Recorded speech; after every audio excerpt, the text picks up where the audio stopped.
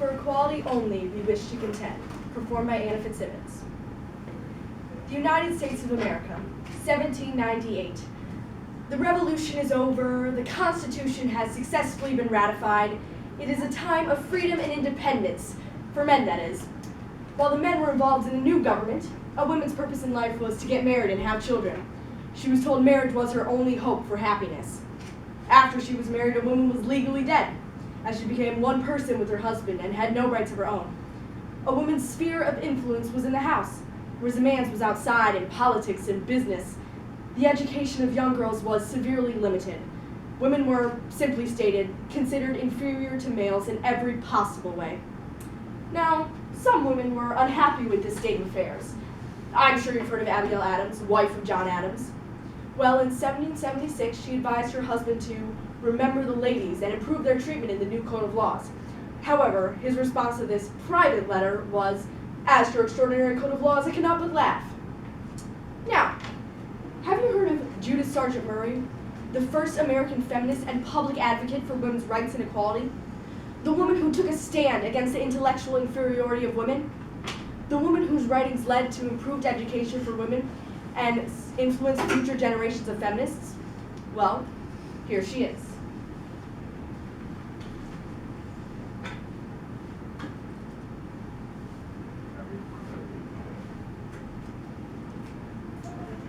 Sire, it is incumbent upon me to acknowledge the receipt of your invalued favor. Accept, illustrious chief, my utmost gratitude for the dignity and importance that you have conferred upon my publication. Oh, Julia Mariah, I didn't see you there.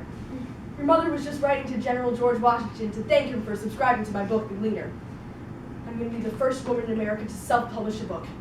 This will be a huge step forward towards my ultimate goal of equality for women. One day, everyone will realize that women are, and always were, intellectually equal to males. Now, for people to think otherwise is absurd. I mean, the way women are treated? During marriage, the husband makes all the decisions and manages all the money. Women have absolutely no control. And on the topic of marriage, why must a girl marry and remarry? It's such a shame that unmarried women are looked down upon. Being an old maid isn't the worst possible thing. Oh, Julia Mariah, you know I love your father, Reverend John Murray, very much. But he and my first husband, Mr. Stevens, didn't provide for me very well. Gosh, Mr. Stevens was in so much debt. Why couldn't I have handled the money? I would have done a better job. Women should be taught to be self-sufficient and depend on their own efforts. Oh, and the nerve of people to say that women are the daughters of Eve and therefore temptresses. Personally, I defend Eve.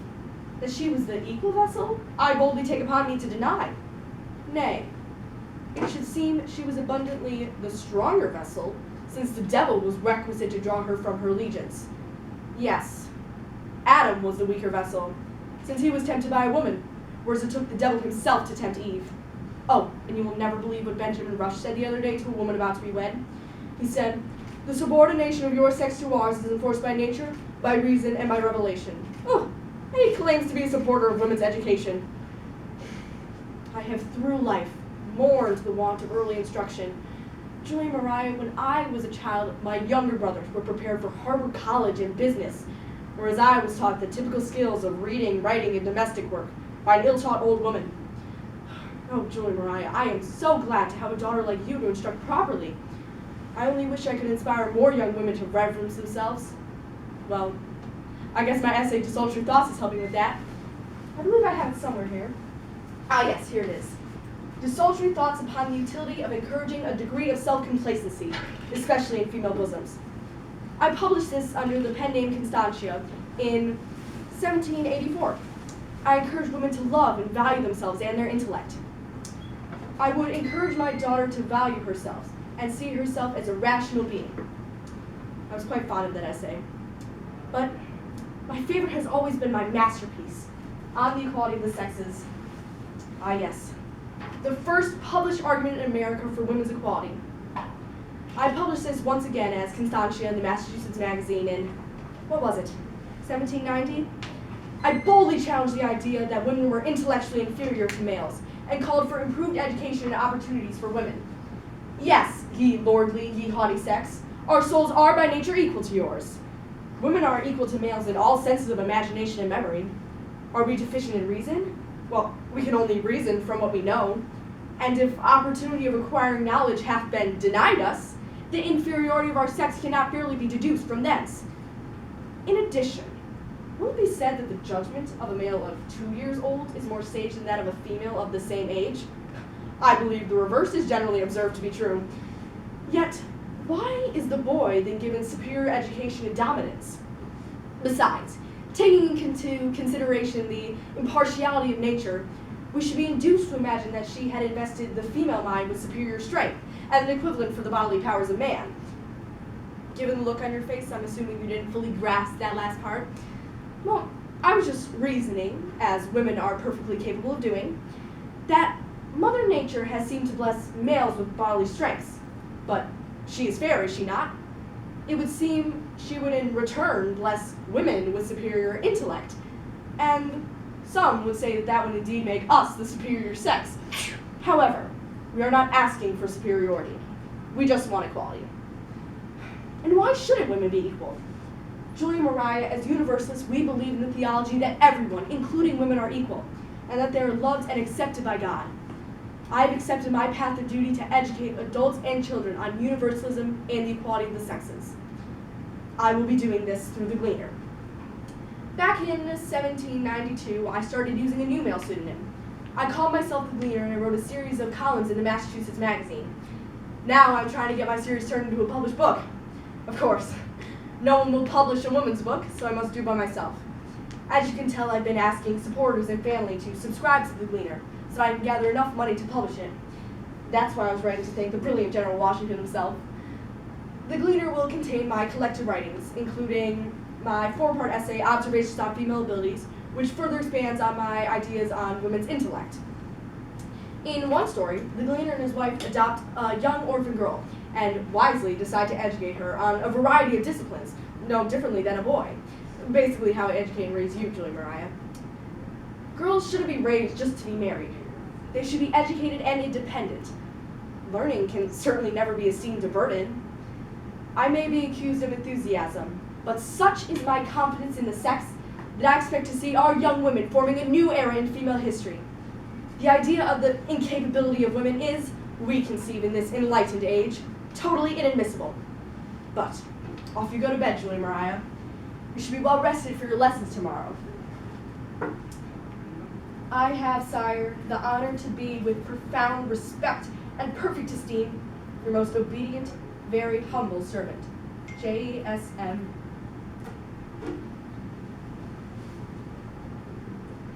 In the end, Judith Sargent Murray gathered 750 subscribers to the Gleaner. This was a huge and unprecedented accomplishment for a woman. Some of her subscribers were George Washington, John Adams, and fellow writers such as Mercy Otis Warren and Susanna Rowson. As she had hoped, Judith's writings brought her fame and influence. On the Equality of the Sexes was the first published argument in America for women's equality, and it predated by 2 years publication of the ultimately better known A Vindication of the Rights of Women by Mary Wollstonecraft. More than half a century before the Seneca Falls Convention, Judith Sargent Murray set a precedent for how women and others would demand equality. Judith Sargent Murray may be unknown to many, but she was ahead of her time and a very early champion of female education and women's equality. She helped to open a school for women in Dorchester, Massachusetts, and by the end of the 1800s, there had been slow but steady growth in education for women, a great thanks to Judith Sargent Murray. She was the only one of her time period who publicly raised the possibility of women being involved in politics, and she encouraged the expansion of women's legal and economic rights. According to biographer Sheila Skemp, in America, Murray was rivaled by none in her defense of women's rights.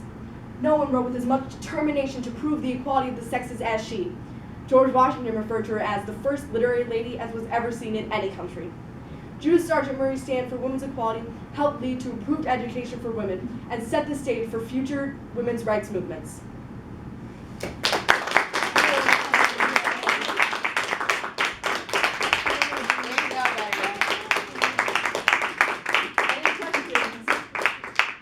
How did you find Judith Sargent Murray?